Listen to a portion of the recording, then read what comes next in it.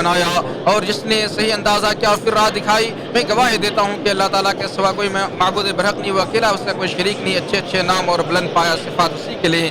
اور میں گواہی دیتا ہوں کہ بے شک ہمارے سردار اور نبی محمد صلی اللہ علیہ وسلم اللہ کے بندے اور رسول ہیں، اللہ نے انہیں نور، رحمت اور ہدایت دے کر مبعوث فرمایا۔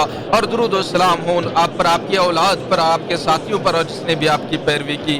حمد و صلات کے بعد میں آپ کو اور خود کو اللہ سے ڈرتے رہنے کی وصیت کرتا ہوں۔ نبی صلی اللہ علیہ وسلم نے عاشورہ کے دن روزے کی ترغیب دلائی ہے اور وہ محرم کا 10واں روزہ ہے۔ چنانچہ آپ صلی اللہ علیہ وسلم نے فرمایا عاشورہ کا روزہ میں سمجھتا ہوں کہ اس کے ذریعے اللہ تعالیٰ پچھلے 1 سال کے گناہ معاف کر دے گا، اسے امام مسلم نے روایت کیا ہے۔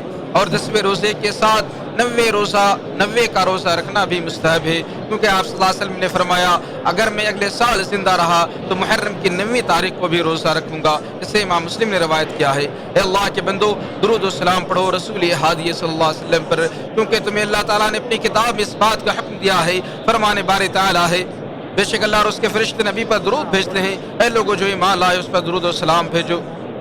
اے اللہ محمد اور آل محمد پر درود بھیج اور آپ کے ساتھیوں پر۔ اے اللہ تو راضی ہو جا خلفائے راشدین، ہدایت یافتہ اماموں ابو بکر، عمر، عثمان اور علی سے، تمام ہمارے اصحاب سے، اور ان کے ساتھ ساتھ اپنے عفو و درگزر اور فضل و کرم کی بدولت سے ہم سے بھی راضی ہو جا۔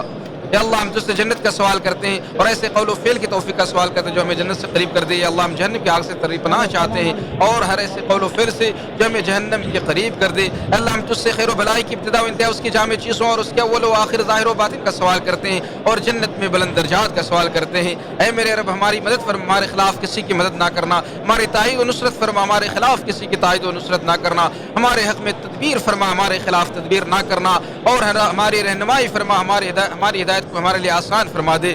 اے ہمارے اللہ ہم تیری نعمت کے سائل ہونے سے، تیری دی ہوئی عافیت کے پھر جانے سے، تیری ناگہانی گرفت سے اور تیرے ہر قسم کے ناراضی سے پناہ مانگتے ہیں۔ یا اللہ ہمارے فلسطینی بھائیوں کو جو مصیبت لاحق ہوئی ہے اسے تو خوب جانتا ہے اور اس کو دور کرنے پر تو ہی قادر ہے۔ یا اللہ تو ان کی مصیبت کو دور فرما، ان کے زخموں کو مداوا، اس کے زخموں کا مداوا فرما، ان کے مریضوں کو شفا عطا فرما، ان کے مصیبت زدہ لوگوں کی عافیت سے نواز، ان کو دشمنوں پر غلبہ عطا فرما۔ اے اللہ حامی و ناصر اور مددگار بن جا۔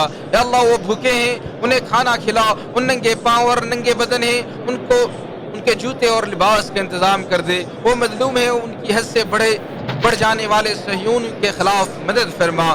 اے قوت والے اور غالب والے، ہمیشہ سے زندہ ذات، اے ہر چیز کو قائم رکھنے والی